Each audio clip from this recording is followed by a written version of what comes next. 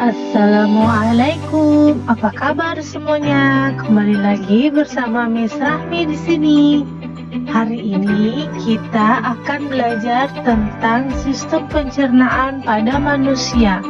Apakah kalian tahu ketika makanan dikunyah kemudian ditelan, kemana lagi dia pergi?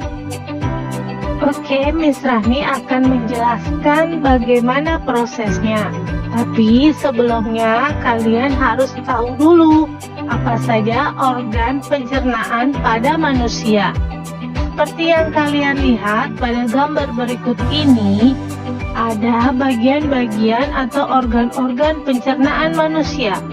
Mulai dari mulut, ada kelenjar ludah atau kelenjar air liur, terus ada kerongkongan, kemudian ada lambung, yang ini hati, kantong empedu, pankreas, kemudian ada usus halus, dan usus besar yang ujungnya ada usus buntu. Terakhir, kemudian ini adalah anus. Itu tadi organ-organ pencernaan pada manusia. Sekarang bagaimana proses pencernaannya? Oke, pertama kali makanan dikunyah di mulut, kemudian terjadi pencernaan mekanik. Pencernaan mekanik artinya pencernaan yang dilakukan dengan gerakan. Selain pencernaan mekanik, juga terjadi pencernaan kimiawi. Pencernaan kimiawi ini artinya dibantu oleh enzim. Di sini ada enzim pektialin, yaitu mengubah zat tepung atau amilum menjadi gula sederhana. Selanjutnya, makanan akan masuk ke kerongkongan. Makanan di kerongkongan didorong menuju lambung dengan gerakan yang disebut gerak peristaltik, di mana otot-otot saluran pencernaan bergerak secara bergantian untuk mendorong makanan.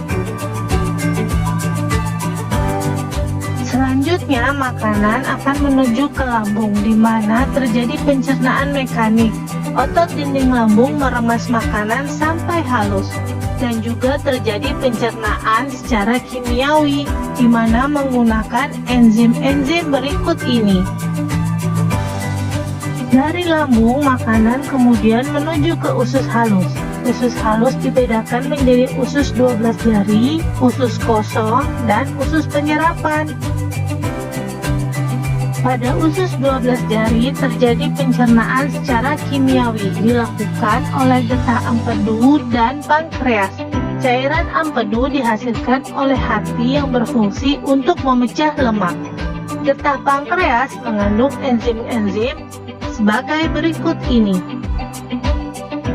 Selanjutnya ada usus kosong pada usus halus. Di sini berlangsung pencernaan secara kimiawi, di mana menggunakan bantuan enzim. Dan yang terakhir adalah usus penyerapan pada usus halus, di mana di sini akan diserap sari-sari makanan untuk diedarkan ke seluruh tubuh.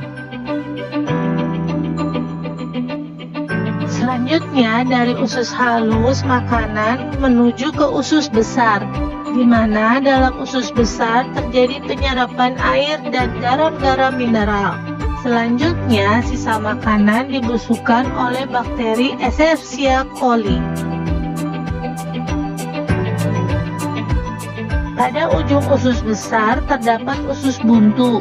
Usus buntu tersebut diketahui berfungsi untuk mendorong pertumbuhan beberapa bakteri baik di usus. Ini berarti bahwa usus buntu secara tidak langsung juga memiliki peran dalam mendukung kesehatan sistem pencernaan dan fungsi sistem kekebalan tubuh, terutama pada anak-anak.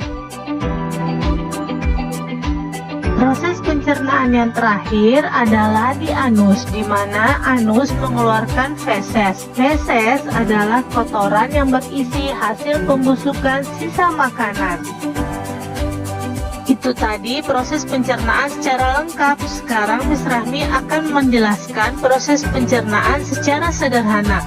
Proses pencernaan pertama ada di mulut, di mana makanan dikunyah dan kemudian masuk ke kerongkongan dan dilanjutkan ke lambung, di mana di lambung makanan tersebut diremas-remas sampai halus. nanti masuk ke usus halus. Di usus halus diserap sari-sarinya. Kemudian lanjut ke usus besar, di mana di usus besar akan menyerap air dan membusukkan sisa makanannya. Kemudian dibentuk menjadi feses. Feses tersebut akan dibuang di anus.